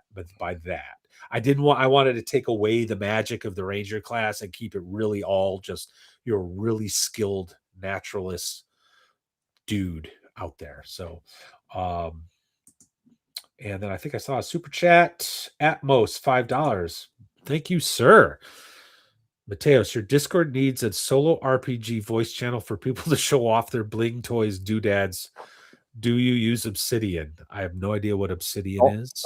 I'll tell you about that one later. But Atmos had a 2-hour conversation about that on our Discord. So he kind of corrupt you. But yeah, no, that doesn't surprise me. I showed it earlier, but Alex and I traded games, so I sent him a DMV box, and he sent me back a Nebula. What do you think?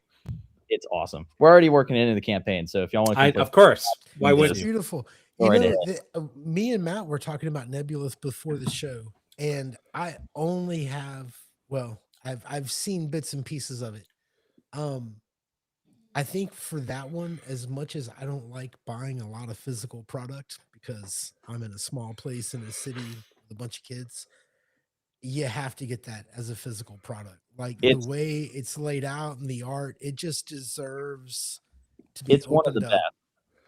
Like it's really high quality. I was quite surprised already because whenever I saw pictures of it online, I was like, oh, okay, that's a really cool cover. And then getting it, it's got like a feel to it. So yeah, I am very glad Raji. See, I don't think people understand Raji. And I'm not saying I do, but I think I have an insight. Like and why I really want to talk to him, like on the show. I I think he sees this as a medium of artistic expression, and that in its purest form rises above any political or any above any political divide. And so I'm really glad he just sort of said, you know what, I know Zach has his issues, but you know what, I don't care. He writes a good book and he can make like a just like this beautiful thing. And so I'm really glad he did that.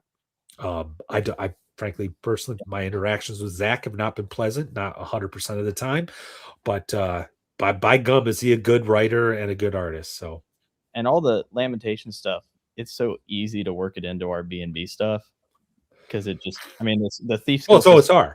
Yeah, it just plugs right in. So like we've already got a few guys, like we've got like 5 people on the server that already have samurais and ninja characters and stuff hopping right into games. Well, so my Gods of the North campaign, I decided to totally lean into kind of like your game of games concept. And I told my players, like, hey, I know this is not going to happen because you're not tapped in like I am, but in the event that you do see something that interests you, we'll make it work, right? So when I picked up Nebulith, we have a monk player, and I was just like looking at the karate stuff, this karate schools and stuff, and I said, because we're running Rules Cyclopedia, I go, if you want to, it's up to you, dude. It's if you want to, rather than spending your proficiency slots and your weapon proficiencies on what's in the book, and you want to develop your own martial art, I'm totally open with it. Check out Nebulith as like inspiration. And he took one look and he's like, okay. And we started working on like his like Mountain Lotus or style or whatever the hell he called it. I can't remember, but yeah. And so, and that just is like adding another level to like how they're just owning this campaign, and I'm just there to facilitate, and I'm loving it. I'm absolutely loving it. Cool. It's one. Oh, go ahead. Well, I just have a side note for Gary. Gary, I see all those guitars. I know you're a musician. Do you ever need new pedal boards? Do I ever need pedal boards? Yeah. Yeah, sure. I'm unhappy with my pedal board right now. But I don't want to say what brand it is, but I'm unhappy with brother it. Sometime. I think the only thing he's getting out of the stream is looking at the guitars in the back of the video. Yeah, well, they're not that impressive, man. Here's the thing. I have found over the years. So let's talk. Can I get like 5 to 10 minutes real quick on guitars? All right, let me just explain. I have found over the years, I've bought a lot of expensive guitars, and I've bought a lot of shitty guitars and guitars in between. What I have found is that there is no brand that covers everything. There is no right or wrong. If you pick up a $99 guitar and it makes you want to do things, go for it. So my favorite guitars that I have left, I've got a Martin acoustic. I know it's bougie, right? Gibson SG special. I mean, not even a special, a junior. 1 pickup, 1 volume knob. I love that guitar. And then I've got this Epiphone. This is a 90s Epiphone. It was the last one made in the Korean factory before they moved to Indonesia. And here's what nobody understands. After 30, 40 years of making guitars, it doesn't matter what country you're in, you know how to make them. The Korean factories are freaking brilliant, dude. So my big hollow body it was less than $1,000. The SG was way expensive. You don't need to spend a lot of money on guitar. Anyway, that's all. I love guitars. They're so much fun. My pedal boards, I don't even want to get into the amount of money that I've spent and am currently spending, and I'm not even touring or playing professionally right now. Sorry. Barrows and Borderlands is great, dude. I love it. All right. We're supposed to do a giveaway, and so just type BB in the chat, and I will put your name in a little wheel thing, and we'll roll and see who gets it. I'll pay for shipping. You're literally going to pay for nothing. It's a tax write-off. but yeah, this is OD&D taken to the next level. This is not just a retro clone. This is something wholly unique and interesting. I absolutely love it. I officially own like 3 copies now. This is copy number 4 that was given to me by Matt at Arnicon So okay, oh geez, we got okay. I was a little worried because last time I tried to do like a giveaway, like no one cared. So I was like, this will be embarrassing if Matt shows up and no one wants. But we got some interesting. My We mom got some put in chat. She gets a free copy. your mom Get wants the whole one. family, everybody's logging in right now. Yeah, right. The whole Thanks, stream mom. is him just walking over, hand delivering a copy. Dad, no, do not be funny. Don't put it in the chat. No, please be funny. Put it in the Okay. chat, Dad. Dad. All right, you guys You know talk what's while I funny? type. So I'm a dad. I have 3 sons. And I have been looking for any excuse to get my youngest, who is 7, to go running down the halls of my oldest high school, yelling, Ivy Bear, where are you? Ivy Bear. Anyway, I just think it would be funny to send him in and embarrass him. My dad was the king of childhood embarrassment. He colored his teeth in to make it look like he was missing them whenever I was on the phone with girls and stuff. That's awesome. I'm sorry. That's awesome. Right now.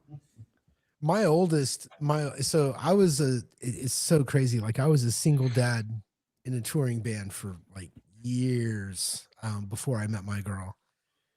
And my oldest kid is like the best kid. He's like honor roll, football team. You know, like he has every reason in the world to screw off and be like, man, you know, I was raised on the road. He could do all of that. He is so good. I don't know how it happened. I'm so thankful. He won't play Shadow Dark with me though, but the younger kids will. The 7 and 9, bringing it back to gaming. 7 and 9-year-old, they will play Shadow Dark with me. All right, my son is well. I'm gonna give it another few minutes. I'm gonna do another announcement. There's 27 people on YouTube. Thank you very much. 5 people on Rumble. Awesome. That's actually really good for us. And Lord knows what's on X, but because that's never accurate. But thank you so much for watching. We really do appreciate it. If you're just coming in, this has been one heck of a year. It's been awesome. The second watch is definitely going to keep doing what it's doing in 2026. Right now, I have Better with Bacon, Melkor, Dave Mills, Death Angel Shadow, Judd Goswick, Mike Necrofent, Techno Babble, Flint Fireforge, Alad, and Warp Plots. If you guys want to be in on this, type BB in the chat. You're not going to pay a dang thing. I will pay for shipping. There's like what, 3 or 4 books. You got some dice. It's this awesome old school, cover or box set. Excuse me. Is it US or are you doing? Oh crap! You know what? Whatever. It's a tax write. Matt. Hey, one other thing I want to mention. You guys really do need to sign up for this because Matthew's putting these things together like at his house. That I've seen. If you're not paying attention, they're folding the boxes, they're putting the books together, they're putting they're printing everything off. At some point, because Matt, I think your game's going to be around for a while.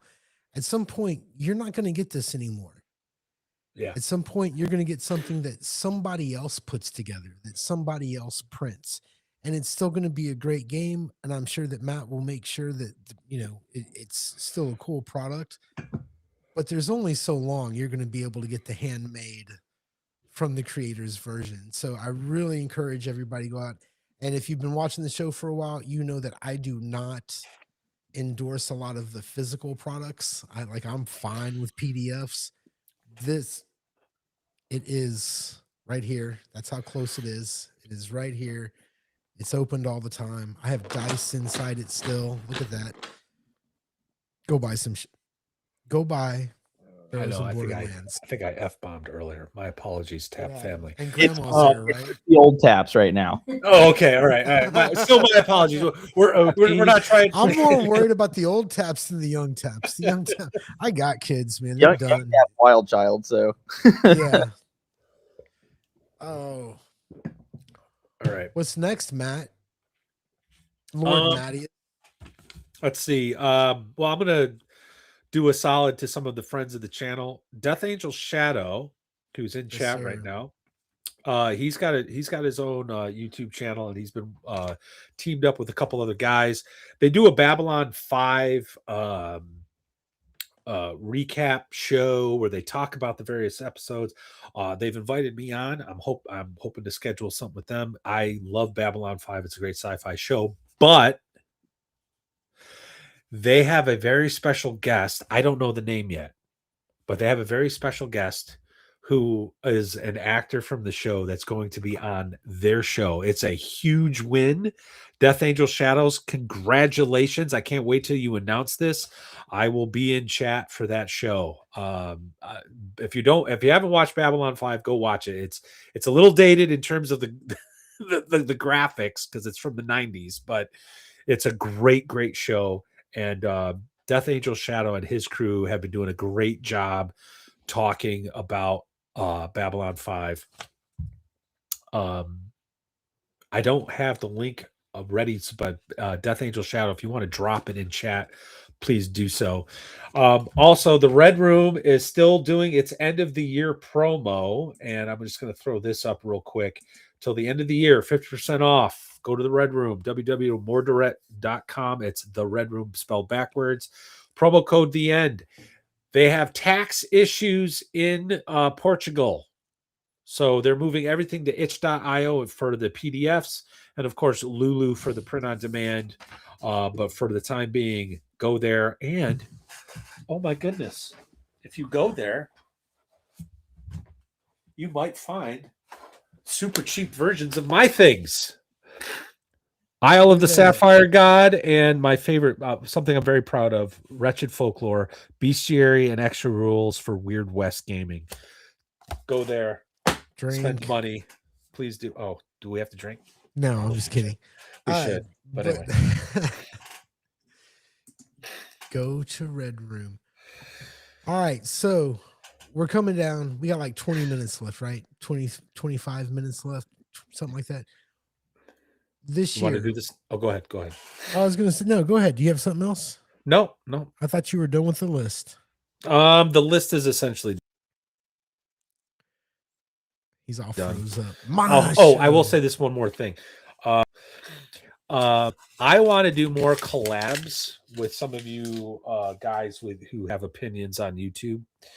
I'd like to have more of you on, like we have Matthew Tapp here, to talk about topics, game mastery topics, game design topics, not just some of the big name guys. I mean, those are fun, right? Like where we interview them. But I love some of the conversation we've had with Flint, with Erudite, with Chubby, like, all you guys. Like, so if you have an idea, you got a YouTube channel, hit me up.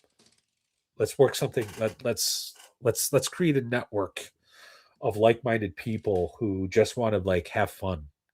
Have a few drinks and chat about this awesome hobby. You don't have to drink, but it will help you to put up with us. Yeah, that's true. All right. We're Go going ahead. to move on. Brian, you've been real quiet. And we all know from last week, everybody loves Brian. Yeah. We got a lot of compliments from Brian. Fuck, dude. You're the worst. The second watch with Brian and the two other guys. Brian. God damn, dude. Oh, I'm just underexposed. That's all it is.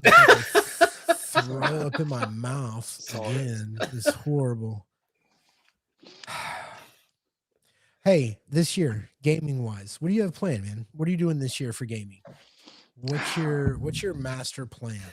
I mean, right now it is my paid game continues to really just maintain a lot of good momentum, and after doing the whole paid game for a couple of years, I realized that it's made me better because I had to kind of earn my keep. So I'm continuing to be a student of systems and tech. There was something said earlier regarding philosophy that I just wanted to I didn't want to interrupt, but it was a good discussion about it being adversarial. And I think, Matt, you were mentioning like you felt like a gotcha moment, but the reality is that, I don't know, maybe your mileage may vary, but I think philosophy, especially within this particular hobby, is so integral, because if you're opposed to it, you're basically just saying that you don't want to learn from the experiences of others. And the very nature of how these games work is in seeing how the experiences of others play out at the table. So philosophy is always important, I think, to maintain. And then there was the whole nebulith, separate the artist from the art, the whole, it is a beautiful product. Like it's so not good. something that I It's would ever so run, good. but to Tap's point, it's something I would want to own. It really does bridge that gap and that question of games Right, as art. goddamn. But yeah, just for me, just for gaming, 2026, I continue with. There was some great comment earlier about being able to pull off both story gaming, I guess, quote unquote, with open sandbox. My Shadow Dark Midnight Sun game has been exactly that. We're about, I guess, probably about 10 sessions into that, with a bunch of couples, several of who've never really played before, and to see them really just enjoy the sense of discovery and agency has been just so rejuvenative for me. So I've got the whole doing the hard work of the paid game, which requires a whole different bandwidth. And to Chubby's great topic this week on his stream, just that whole cognitive load. But then you get something like, and to Tap's point also, like, it's great to play all these different games. It's great that these mediums exist where we can play all these different games. My Shadow Dark game truly does refuel me in a different way, because it's one thing to feel satisfied in the adjudication of like more the tabletop wargaming 5e gridded experience. There is a certain thrill I get out of that. And then also whenever you're working with something like the OSR type stuff. So my whole, I guess, goal for 2026 is continue to find the balance between the two. I'm And sure, continue soaking it up. So Brian, I love you, man, and I'm sure you said some really great shit, but you used a 6-syllable word, and like I had to stop to count but the way you said it, I swear to God, it came anyway, and I just got thrown. That's beautiful, man. Good for you. No, I'm just I appreciate it. Thanks. I love you, Brian. Thanks I'm for just the fucking with goodwill. you, I man. need to say that's I'll good. sum it up for you, Gary. This is Reju- literally how the Fun podcast would go. Literally with how the podcast would go. Our best episode is when we had the brilliant idea of trying to create a module in real time, and we were going to do Teenage Mutant Ninja Turtles invade Nakatomi Tower a la Die Hard, and they were going to face off with Hans Gruber. And I think by the end of that episode, if we were in the same room together, chairs would have been we thrown. might have fought, dude. We might have gotten into yeah. and it wouldn't have been like me and Matt. It would have been all three of us. Yeah, it was an all-out Just brawl. like- It would have been an all-out brawl because all three of us were like, "What? No, this is stupid." I still think that's a great. Did you guys watch Die Hard for Christmas? Of course, No, my my wife and I, we were so close to it. Every It my wife. reinforced the idea that is a great scenario for any game. Is not Tower. Oh yeah, Yeah. it's a great works. tower Matt, crawl. you're muted, bro. I'm not Okay. muted anymore. Oh, there you are. Yeah. Oh, okay. Just in case my dad wants to yell something out, I got to keep myself muted in between. No, I'm just kidding. Oh, no, he's welcome to And join. Speak. Right. But yeah, Die Hard. It's a great tower crawl, Gary. Yeah. Yeah, Every it is. single level. Say again. Every single level mapped. No. It's like it's offices and offices and offices. I was just making maps earlier and filling stuff out for something, but Dude, yeah, I don't want to look at a map right now. word. Yeah, right. We're gonna have to have a whole show about dungeon design philosophy. We're gonna have to get Chubby on it. I'd like to. Well, I'm going to say this too. So part of my 2026, and this is a me sort of admitting I'm wrong. So when Gillespie published Dragon Slayer, my initial reaction was, "Oh my god, another effing retro clone! Come on, dude!" But after gaming with him and getting to know him a little bit better, and actually like playing Dragon Slayer, I'm like, "Oh, this is actually not that bad of a game." So and unlocking how to write a mega dungeon has been on my mind for a while. Earlier this year, I tried to do the 1 dungeon room a day thing for 365 days, and I quit after 3 months because I'm like, this is garbage. This has no cohesiveness. So 2026, I'm actually going to do a Gillespie deep dive where I'm going to pick up Barrow Maze, I'm going to pick up High Fell, I'm going to pick up Dragon Slayer, and I'm just going to try to understand how he approaches things. So that's part of my 2026, and hopefully we can have him on to talk about mega dungeons. I would really like that. We have some super chats. Do we have what's this? Whoa, Disco, good to see you, brother. $5. Yo, Yar Dog brothers and soul sisters. Didn't know there was a show tonight. Hope everyone had an amazing Christmas. What are we talking about? Well, we're Nothing talking in about particular. Yeah, it's kind of a chill stream, brother. We're talking about you. No, I'm just kidding. Yeah. If you want, earlier we were talking now. Go back, watch the whole show. We talked about you. If you are interested in, you do need to be a producer because you've given us so much money. We really appreciate it. Seriously though, I say that jokingly, but I'm also very serious. We do appreciate it. If you're interested in a Barrows Borderlands copy for free, I'm paying for the shipping. Type of BB there, Disco, and I will put you in the little lottery. Okay. We have another super chat here from Mike Buck99. John McClane is the OSR hero we need. Yes. Absolutely. Yippee-ki-yay, Magic users. Anyway. Disco, thanks for being here. You're here every week. We really appreciate it. You've been here since day one. You're here every week. Really appreciate that. So, but yeah, so that's something I will be doing in terms of like expanding my knowledge, because mega dungeons, I kind of going back to something from like a hour and a half ago. I think I love Village of Hamlet and the Moat House. Professor Dungeon Master is completely wrong there. I think he's looking at it completely wrong. However, Temple of Elemental Evil is the worst dungeon I have ever read. I effing hate it. I ran it. It's like, and here's a hot take for you. I don't think it is a hot take, but go for it. Please clip this. High Gygaxian is not erudition. It's just poor writing. Oh God, dude. Why? I don't. Hey, Merry Christmas. When you guys are tying Lord Mattius up to burn him at the stake for heresy, I just want you to know we're not the same person. We don't hold the same opinions. I don't. But yeah, I don't want to suffer the same fate as this heretic. God, I can't believe you said that out loud. Hey, no. I got my. There was I don't know if you guys saw the. Oh, sorry, Matt. Go ahead. Go ahead.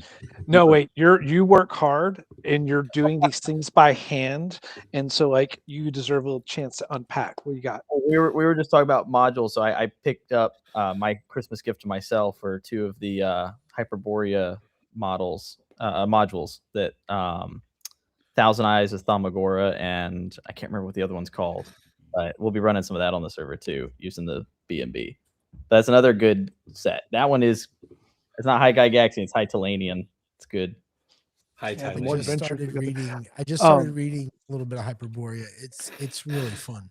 There was in response, because I know PDM's whole T1 unpack, it kind of stirred the pot a little bit this week, and I disagreed with it too.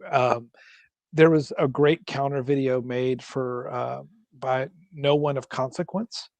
If you'll check he does a really good dissection of PDM's views and counters it with the actual what is written inside of there. It's a really good counterplay. So No One of Consequence, T1. I also forgot. I do have 3 other projects for 2026. I just totally go for it. Number 1, my local gaming store is expanding. They're moving down the street. They have been the store where I've sold more copies of Shadow Dark out of that store than the entire city of Houston combined. So I'll be looking to try to run a regular Shadow Dark game there to promote the new location. Two, I got my convention game that I want to run at North Texas that I'm trying to work out the kinks on. So I'm looking forward to that. And then finally, Shadow Dark Shadow League organized play. So those are my other big things. I just totally blanked out on them. Sorry. Anyway, but no, you're good. that's it. I actually haven't listened to his full critique of Village of Hamlet, but I did the back in the day, earlier videos of mine, which were more like, PowerPoint presentations. So, take it for what it is. But like there is some like interesting things in Village of Hamlet that like I don't think Gary realized what he did. You know what I mean? And like you actually have a really awesome setup for not just your standard like OSR sandbox play, but like if you're really into faction play, that's there. There's a lot of drama, like potential in Village of Hamlet that could like totally change the way your campaign goes. Like with my current player group and Gods of the Forbidden North, they have been so focused on the politics of Valkengard. That's where all the story lies. The same thing would happen if they were in Village of Hamlet. Like, so I think Village of Hamlet's actually a really good module. It's just the follow-up, Temple of Elemental Evil. I would also just a poorly written mega dungeon. It really is. I would offer also that T1 because a lot of times for my public play games or game store or con, or to introduce people to the hobby, if I'm introducing kids and such, this is a very tattered piece of paper that's got the moat house and then a little bit more of the one-page concept on the other side. I've used this piece of paper so much to onboard people into the hobby. I believe that the moat house, both top and bottom, is such a good one shot. I know we were there was a lot of vinegar towards one shots, but if you're gonna one shot, okay, well if you're gonna one shot, I truly believe the moat house top and bottom is just, and what's great is you can really make the moat house on its own system neutral and apply it and use it as an overlay with any system. So I believe T1 has so much merit foundationally just on that alone and being so applicable. And I bet Gygax would be thrilled to a certain degree to see it translate in all the different mechanical interpretations of systems. So it is really great. And we morphed it into our campaign at one point. So I think currently some player is ruling over the moat house. So we'll see if they manage to keep it. But you did. In my Lamentations of Elemental Evil game, after they cleared the moat house, they actually took Burns Badgers, the neutral mercenary company. They like ingratiated themselves, hired them, and had them move to the moat house to create like a way station for them on their way to the temple, right? So for like a supply line. But my interpretation of the faction play is you had the Church of St. Cuthbert, lawful, mercenaries, neutral, and then you had the Druids, where, well, at least because I was using Lamentations, they would be chaotic. So without the neutral mercenary company there keeping the balance, fighting started. So they go off literally weeks and weeks of gameplay. They finally come back to Hamlet to do like a hardcore resupply, and the first thing they see is Burn, the magic user, crucified, and Jeru, the druid, has left town because the zealots of the Church of St. Cuthbert have taken over, and they're all like, "Holy shit!" And I'm like, "That's faction play for you, buddy." So. Well, I guess one quick thing, so I don't forget to bring it up, but John is almost done with his Castle Dread writing that we're working on for that big dungeon he was talking about. So I'm excited about that. And we've got the Radioactive Boogaloo 2 coming soon, which will be another free PDF to download. So we're almost at 100 pages with it. I went a little crazy. Nice. So I may or may not have added like a whole nother world to explore and another dungeon and more stuff. So there's a lot in there. Oh, Matthew, that's thank you, man. Thank you. That's great. That's good to hear. I think it'll be fun. But till then, I've got only a little bit more printing left. So like I'm driving up to Buffalo with all the books next month. So it can be when please let me know what month. Whenever it's not blizzarding, I'll be driving up. Yeah, I know. I know it's Western New York in middle of winter. But please let me know. I'll take a day off and I'll meet you and we'll grab lunch or something. That'd be awesome. Buffalo is like an hour and 20 minutes for me. I'll put you to work putting your own box set together. Love it. Yeah, he can have his own little initials in the corner. Like Hell yeah, that'd be awesome. I would totally do it. Like with a wax seal with his thumbprint on the corner. I'll slip it. I'll slip in some lamentation stuff, like some for people. Like, hey, you should check this out. Box was lovingly crafted by. Yeah, LM was here. LM. Okay. All right. So we got a few minutes left of the stream. Let's let me share my screen here so you can see this little like thing that I found. All right. I think I got it, everybody. Is it sharing? You guys can see it? No. I'm not sure. Is it sharing? There. All right. Let me let's see if I can. There we go. Let's see. Does this work? Is that porn? Nope, that does not work. I have no idea what that is. Give it a minute. Here, let me. No, it's not. Much to Gary's chagrin. You can't roll a d12 with that. Is it 12? You can't roll a d12. 3, 6, 3, 6. All right, spin your wheel. All right, I'm all about the organic d12 roll. Yeah. D12 Okay. Well, this is like literally something free I found. Okay. Like, all right. Let's. What do I do here? Let's see. Do I hit this? Is this what I do? Just says click to spin, brother. You click the wheel. Click the thing. There you go. There it goes. Oh my god, this is so exciting. Oh. All right. Death Angel Shadow, brother. Death Angel Shadow. You are going to get a free copy of Barrows and Borderlands. I will pay for shipping. Find me on Discord or X, whichever you prefer. I know we know each other from both. Give me your address. I promise I won't send you anything crazy, like a pack of anthrax or anything. But I will. Sorry, dude. But yes, congratulations, dude. You're gonna love this. I found I just stumbled upon this like months ago, and I emailed Matt and I'm like, hey man, is it too late for me to grab one of these?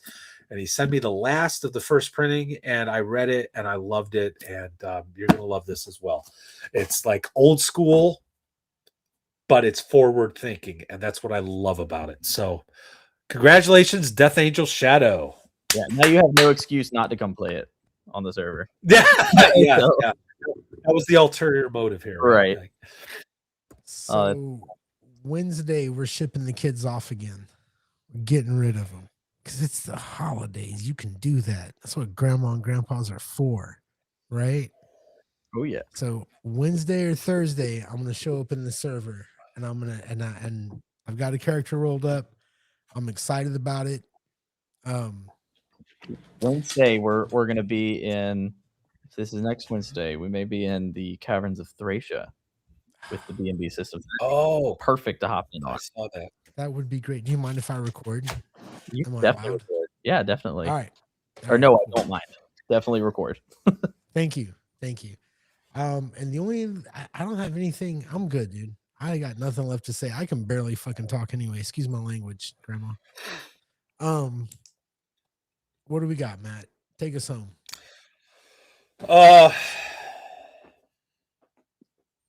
So I had to good think one. About it. I know. Like the suspense is killing me. What is two things? Number one, Mike, this hat does come off. Number two, yeah, but it should because let me look at this. Okay. But number two, and more importantly,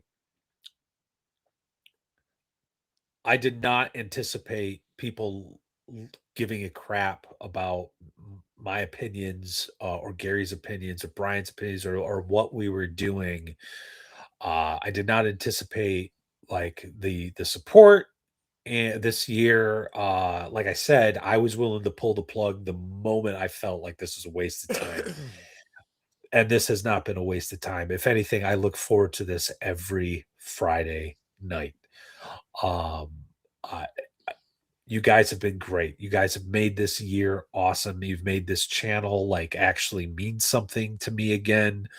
I am thrilled to death that guys like Matt Tapp here, who's a young creator, look to my channel for support to help get his fledgling career going. I mean, it means the world to me. I don't want to speak for Gary or Brian, but I'm sure they feel the same way.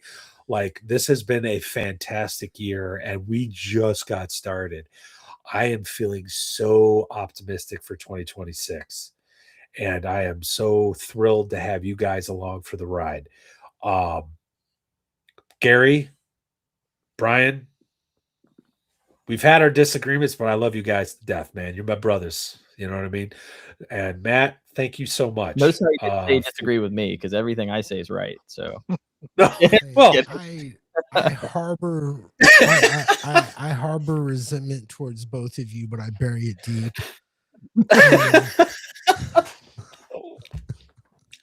But that's how family is sometimes, though, right? Yeah, a little bit of friction makes it all dissimilar. No, it's been a good year, Matt. Thanks for doing this. I had to bug you about it for a long time. Let's do a stream. And then you finally agreed. Brian, thanks for coming along every once in a while so that everybody likes you more. Whatever the fuck, dude. I don't just like fuck off, dude. Let me tell you something. And I'm going uncensored because we're brothers. I can say some shit. You're stealing my gig, dude. You were stealing my gig. You show up like 3 minutes, not even 3 minutes before it's time to go on the show. You're there when you want to be. Motherfucker, that's supposed to be me. I am supposed to be the agent of chaos in this whole mess. And you just kind of strolling. Oh, we got beef. Anyway, but I still love you. I hope you have a great year, man. I love you guys and thank you for being around as much as you can. Mr. Tapp, you made a great game. I'm really glad you keep coming on the show. We got to convince you to come to North Texas. It is. He needs to be. We got it. Your game on a big table there makes more sense than almost. It's the home that you don't know yet. I've got the brown paper. We can lay out a huge table.